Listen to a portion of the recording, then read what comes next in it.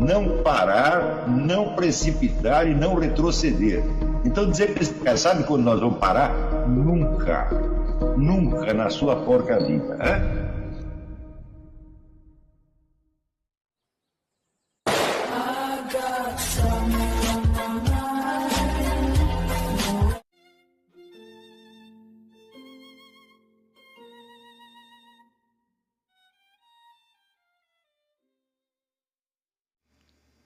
E aí pessoal, tranquilo? Então vem aqui antes do vídeo começar, pedir para vocês se inscreverem, quem não for inscrito, compartilhar, curtir, comentar. Quem puder seja membro do canal, que isso ajuda bastante. Tem também o link do Apoia-se. Quem puder ajudar nosso canal e apoiar financeiramente vai ser muito bem-vindo. Mas o mais importante é transmitir o conteúdo e os conhecimentos do professor Olavo de Carvalho para mais e mais brasileiros. Então compartilhe e ajude aí nossa causa.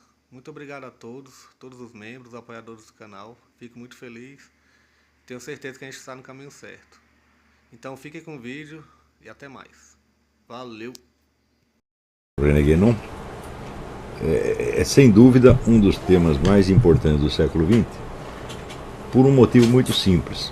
Quando eu expliquei que hoje em dia, a percepção imediata e comum que as pessoas têm da sua existência é baseada numa versão materialista, segundo a qual o que existe efetivamente é o mundo material e em cima dele existem as construções da mente humana, ou seja, nós temos natureza e cultura. Isso é de fato o modo como as pessoas veem hoje as coisas, a maneira espontânea e imediata de percepção. E contrastei isso com outras sociedades e outras civilizações, em outras épocas em que a presença de elementos invisíveis era reconhecida como uma realidade cotidiana, anjos, demônios, etc. Hoje, quer dizer, o materialismo está tão avançado que as pessoas têm que explicar, quando aparece alguma coisa estranha, eles têm que explicar como extraterrestres, ou seja, como figuras corporais que vêm de um outro planeta, vêm de uma outra civilização, etc, etc. Sem excluir a hipótese de que isso talvez aconteça. Eu mostrei ali num post do Facebook que havia vários problemas, várias autocontradições nessa teoria, né? Em primeiro lugar, o fato de que os extraterrestres aparecem com muitas figuras diferentes, muitos personagens diferentes, portanto seriam raças diferentes, provindas de planetas, galáxias diferentes.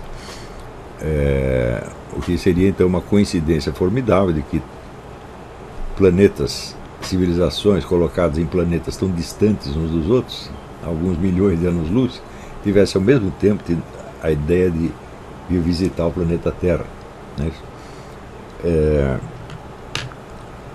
Em segundo lugar, a ideia de que tudo que eles estão fazendo é baseado numa tecnologia muito mais evoluída, pressupõe, vamos dizer, uma ideia linear da evolução histórica das civilizações, quer dizer, elas têm que evoluir no sentido da tecnologia moderna, não há nenhuma outra possibilidade de evolução. E isso é uma ideia evidentemente simplória, mas se eles têm essa tecnologia tão evoluída assim, se eles podem atravessar espaços intergalácticos que nós levaríamos milênios para percorrer, caso pudéssemos fazê-lo, então certamente eles têm essa tecnologia há muito tempo, desde muito antes daquilo que nós chamamos os tempos históricos, né, da humanidade. E se eles têm isso, então é evidente que eles devem ter outros poderes também, entre os quais o de transmissão telepática. Aliás, comprovado em alguns depoimentos, né? Alguns das pessoas abduzidas ou que tiveram encontros, entre aspas, com discos voadores, dizem que receberam ordens telepáticas. Então, se eles têm isso, é evidente que eles podem estar influenciando já a conduta dos seres humanos, sem que eles nem percebam. E se eles estão fazendo isso, então é natural que eles apareçam, apenas fiquem pairando no ar, sem jamais se revelar publicamente. Não custaria nada um deles dar uma entrevista para a CNN, né, ou aparecer ao lado do Donald Trump, né, num discurso presidencial. Eles nunca fazem isso, então a presença deles continua sendo discreta e, ao mesmo tempo, onde exerce uma influência telepática sobre os seres humanos. Então, tudo isso aí me leva à conclusão de que eles são muito parecidos com os demônios citados na Bíblia. Não vejo outra maneira de encará-los. Quando diz, não, mas eles são mais evoluídos, eles vieram para o nosso benefício, eu digo, bom, então me mostre uma cura de alguma doença efetuada por algum extraterrestre. Nós só temos, ao contrário, depoimentos de doenças causadas por extraterrestre ou pela visão de extraterrestre, pela experiência de extraterrestre. Então, tudo isso mostra um estado de confusão e de dificuldade de lidar com o invisível, com aquilo que está acima do mundo sensível. Ao mesmo tempo, nós vemos que na evolução da ciência física, a noção de matéria já foi totalmente diluída. Se você chega à física quântica, é impossível definir aqui como matéria uma coisa cuja própria definição é apenas um quantum de energia, um quantum de não sei o que. Ele se define apenas por uma quantidade. Tá certo? E é evidente que uma quantidade em si não basta para formar matéria nenhuma. Então é um quantum de alguma coisa, né?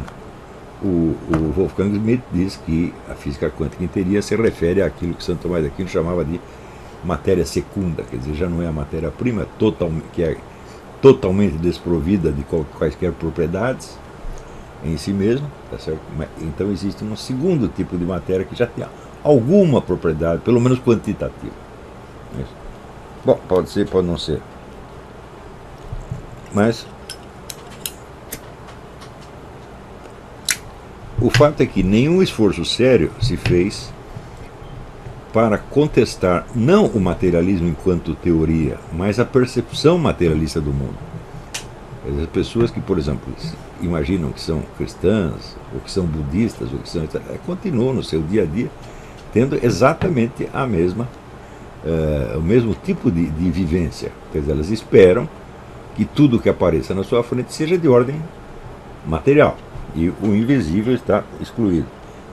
E o único autor que corrigiu isso profundamente foi o René Guénon. Então nós temos essa dívida para com ele. É absolutamente impossível você estudar as obras do René Guénon e não notar que a sua própria percepção das coisas está viciada. A sua expectativa materialista espontânea está tão arraigada em nós que ela neutraliza qualquer pretensão de religiosidade ou espiritualidade que você tem, exceto em casos muito raros de pessoas quase que predestinadas a isso.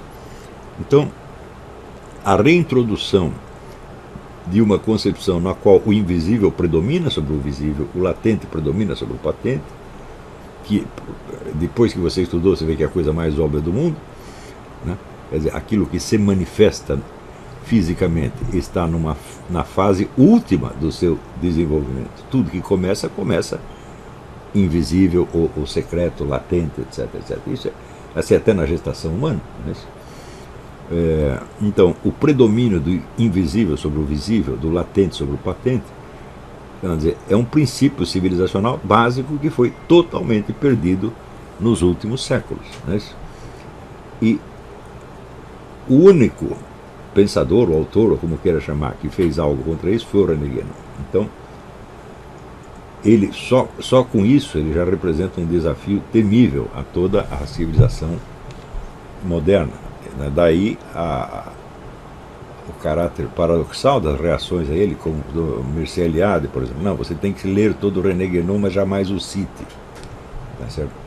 Porque se você citar, você vai estar arrumando problemas. Tá certo? E o Mircea Eliade cumpriu isso.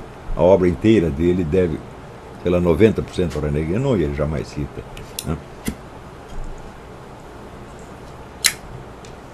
Então, o René Guénon ficou como uma espécie, vamos dizer, de escândalo que tem que ser abafado de qualquer maneira. Então, eu comecei a medir a força, o vigor das culturas nacionais pela sua capacidade de reagir de algum modo ao René Guénon. Aquelas que estão, vamos dizer, mais vivas e atuantes, elas percebem o desafio e de algum modo vai ter que responder a isso. Quer dizer, ou você concorda com o René Guénon, ou você examina criticamente, você contesta, alguma coisa você tem que fazer. Mas, em geral, a atitude foi a do C.S. Lewis, que disse, esse é um charlatão, não quero mais saber, não falou mais. Quer dizer, isso aí é típica reação do sujeito que está fraco, não sabe o que responder, então ele se desvencilha do problema, né, em vez de enfrentá-lo.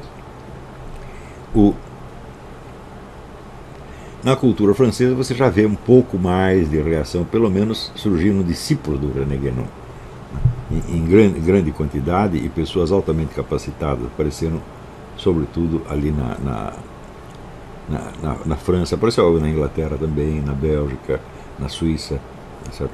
E o principal efeito da obra René Guénon foi o surgimento da tarica do Fritjof Schuon na Suíça, então ganhando adeptos entre nomes importantes da intelectualidade suíça. Então você vê que ali você já tem um pouco mais de vigor, mas em nenhum país eu vi isso tão profundamente quanto na Romênia. Todos os intelectuais romenos que eu conheci, e a respeito dos quais eu li, leram René Guénon, estudaram e meditaram, tentaram se virar com aquilo de algum modo. Foram todos influenciados positiva ou negativamente pelo René Guénon. Então, bom, esse país que está relativamente marginal na cultura europeia, ele tem mais vigor sobre esse aspecto do que os outros, certo?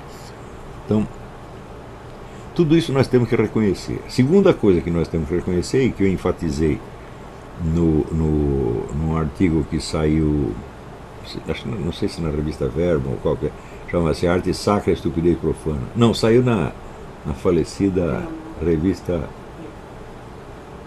Dicta, a Mar Dicta. Saiu na Mar Dicta. E foi o René Guénon o sujeito que restabeleceu o sentido do simbolismo sacro. As pessoas tinham perdido completamente. Então só entendiam o simbolismo como alegoria ou como figura de linguagem, sem notar que dentro desse simbolismo existe toda uma ciência, existe toda uma visão estruturada do universo por trás do simbolismo, tal como aparece, por exemplo, no livro do Louis Charbonneau-Lassay, Le Bestiaire du Christ, o Bestiário do Cristo, que bestiário é uma coleção de animais. Então ele pegou todas as igrejas da França, os animais que apareciam ou pintados, ou esculturas representando o Cristo, né? E mostrando como aquilo efetivamente expressava qualidades reais do Cristo. Então ele tinha toda uma linguagem que despertava a visão de certos aspectos da realidade do Cristo que, de outra maneira, se tornariam inacessíveis. Você pode desligar isso aí, por favor?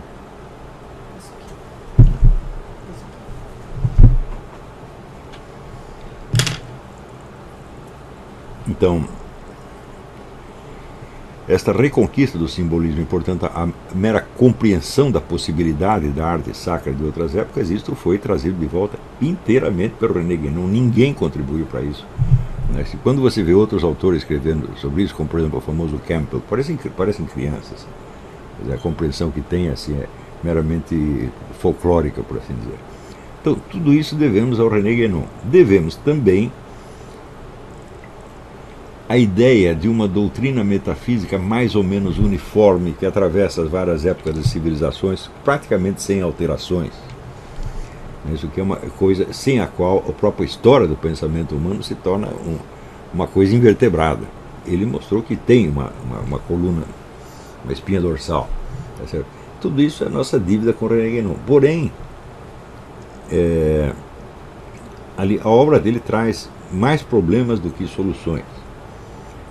O primeiro problema, que eu acho que já assinalei aqui, é o das iniciações.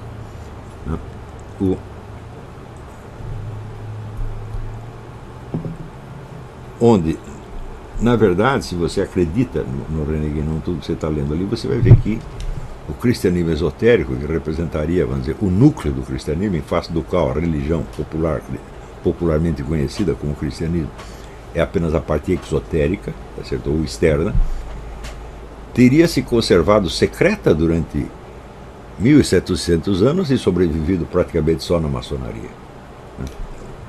O que é absolutamente impossível, de vez que o próprio Cristo declara que ele nada ensinou em segredo. Então, ou Cristo estava mentindo e Guénon está dizendo a verdade, ou ao contrário, Cristo disse a verdade, René Guénon ou está mentindo ou está enganado. Mas há problemas mais profundos ainda que estão na parte superior da sua obra, na parte puramente metafísica. Alguns desses problemas eu já expliquei aqui, mas hoje eu vou explicar alguns piores.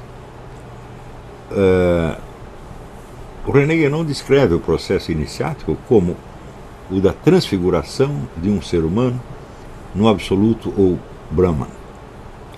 Brahman seria o infinito ou o que ele chama também a possibilidade universal. Possibilidade universal, absoluto e infinito são três nomes da mesma coisa vistas sob aspectos diferentes. Acontece que isso aí, em primeiro lugar, contrasta com a visão judaica e cristã da criação.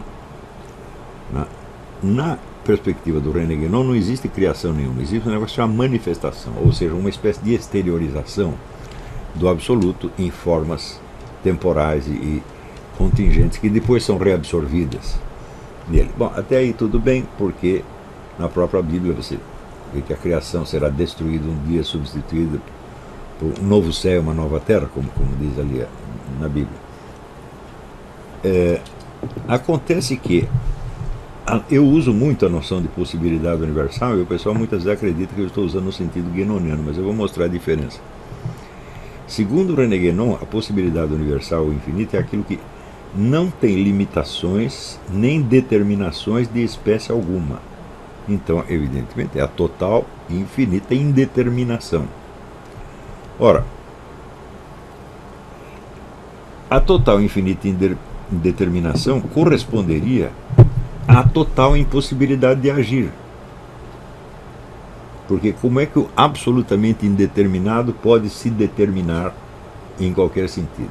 Por exemplo, se há um ato de manifestação, como é que o indeterminado vai decidir se manifestar? Ele não pode se manifestar sem criar uma determinação. O que é determinação? É uma linha divisória entre, vamos dizer, o ser e o nada. Segundo o René Guénon, a possibilidade universal, o infinito, está superior ao ser. É um supra-ser ou não ser, como ele prefere chamá-lo. Eu digo, como é que a absoluta indeterminação pode se determinar a si mesma? Isso já é, obviamente, uma impossibilidade total, porque uma vez que ela tenha adotado uma determinação, acabou a indeterminação e acabou, portanto, a possibilidade universal. O meu conceito da possibilidade universal não é da total indeterminação. Eu tenho usado esse mesmo termo porque ele é perfeito, no sentido de uma estrutura da possibilidade universal. Eu uso muito esse termo, estrutura da possibilidade universal. O que implica que dentro da possibilidade universal você tem a distinção taxativa entre o possível e o impossível. Certo? Então, o René Guénon diz que a possibilidade universal contém todas as possibilidades de manifestação e as possibilidades de não manifestação. Para mim que é um termo contraditório, mas não tem importância, não é esse o ponto. Em segundo lugar, como que poderia a iniciação transfigurar o indivíduo nesse absoluto e eterno, se esse próprio indivíduo já é definido pelas suas determinações e limitações, tá certo? Então, à medida que o indivíduo ascende na escala iniciática, ele vai perdendo determinações. E essa ideia de perder determinações é identificada ao Guénon como uma espécie de uma escalada, uma superioridade. Quer dizer, quanto mais determinado você está, mais baixo você está na escala. Então, isso quer dizer que você passar do definido ao indefinido seria um grande avanço. Mas, se a possibilidade universal, sendo totalmente isenta de determinações, nada pode fazer, você está apenas subindo na escala da impotência. Se, ao contrário, nós concebemos a possibilidade universal como uma estrutura, uma ordem, ela tem determinações, ela tem limitações internas que ela não pode transgredir de maneira alguma. Tá certo? E este é exatamente o conceito de Deus como aparece na tradição judaico-cristã. Deus tem regras que ele próprio não pode violar. Ele não pode fazer o mal, por exemplo. Isso. E, sobretudo, ele não pode se reduzir à impotência. Ele não tem esta possibilidade. Aí nós temos que voltar ao conceito aristotélico do ato e potência. Ato é aquilo que já está presente, que já está em ação, que já é efetivo. Um ato quer dizer efetivo, na verdade. E potência, embora nós usemos normalmente como sinônimo de poder, potência não significa um poder, significa apenas uma latência. É como nós dizemos, por exemplo, toda mulher tem a potência de ser mãe. Tá certo? Então, divide a potência entre em ato primeiro, quando ela é fecundada, tá certo? E em ato segundo, quando ela dá à luz à criança. Então, aí ela já é uma mãe em ato, não apenas em potência. Em potência, quando ela tem 3 anos de idade, ela é potencialmente uma mãe. Então, a potência não é propriamente um poder, tá certo? Ela é, como dizer, uma hipótese que pode se manifestar ao longo do tempo. Ora, aquilo que está em ato não pode ser indeterminado de maneira alguma, porque não só determina a si mesmo, como tudo aquilo que ele faz em ato, efetivamente, já está determinado. Por exemplo, quando no Gênesis Deus diz faça-se a luz, a partir da hora que fez, está feito. Ele não tem o poder de fazer com que isso jamais tivesse acontecido. E realmente não tem. Existem exceções, eu vou falar que a questão do pecado humano nós vamos mostrar. Depois eu já, inclusive, escrevi alguma coisa a respeito. Mas aquilo que está determinado já representa uma autolimitação, tá certo? Da onipotência. Quer dizer, estou usando o termo onipotência, mas a possibilidade universal, tal como Guénon define, não tem nada a ver com onipotência, porque ela de fato é uma impotência total. Certo? Eu, por mais que eu pense, eu não consigo imaginar como é que o total indeterminado pode se determinar a si mesmo no momento. Com base no quê? Né? Quer dizer, se não existe uma estrutura da possibilidade, quer dizer, uma limitação clara entre o possível e o impossível, então, evidentemente, tudo é possível. E diz o Guénon, ele diz textualmente duas coisas. Ele diz, primeiro, que toda a manifestação já está contida em potência, na possibilidade, no absoluto. Então quer dizer que a manifestação, o universo inteiro criado, ou quantos universos vêm a existir, estão para o absoluto ou possibilidade universal, como o desenvolvimento de um argumento está contido em potência na sua premissa. Então é uma mera decorrência lógica da existência. Então não há propriamente a criação, há apenas o desdobramento lógico de algo que já estava em potência, contido no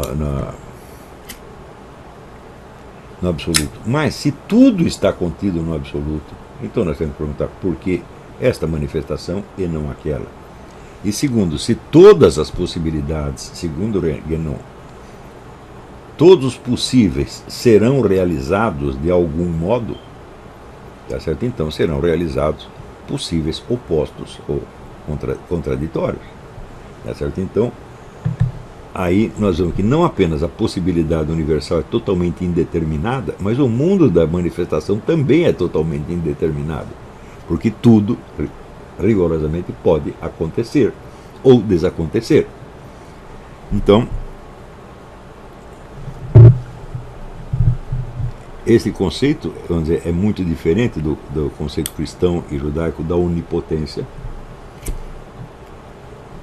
que implica por si mesmo uma série de determinações e estabelece, vamos dizer, um limite entre a possibilidade e a impossibilidade, e também aquilo que Leibniz mais tarde chamará dos compossíveis. Quer dizer, existem possibilidades, às vezes contraditórias, que são ambas possíveis, mas não são possíveis ao mesmo tempo, ou na mesma escala, ou sob o mesmo aspecto. Então, podem se manifestar em momentos distintos, tá certo? E de maneira distinta, mas não ao mesmo tempo. Como, por exemplo, o sujeito não pode nascer e não nascer ao mesmo tempo. Nós sabemos que é possível, o sujeito nasceu, não nascer, as duas coisas são possíveis. Vamos dizer, estão durante a própria gestação, a gestação pode ir para frente ou pode pifar, pode haver um aborto espontâneo, pode haver um aborto forçado, tudo isso pode acontecer, mas as duas coisas ao mesmo tempo não é possível. Né? Então,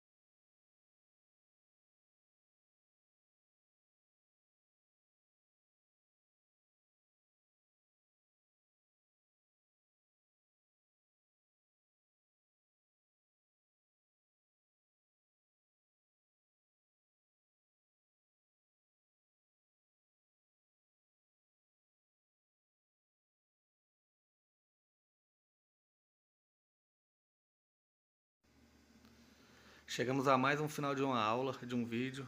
Espero que tenham gostado. Quem não se inscreveu ainda, se inscreva, compartilhe, comente. Ajude o nosso canal, apoie, seja membro. E ajude o nosso canal a chegar a cada dia a mais brasileiros que precisam muito do conhecimento do professor Olavo de Carvalho.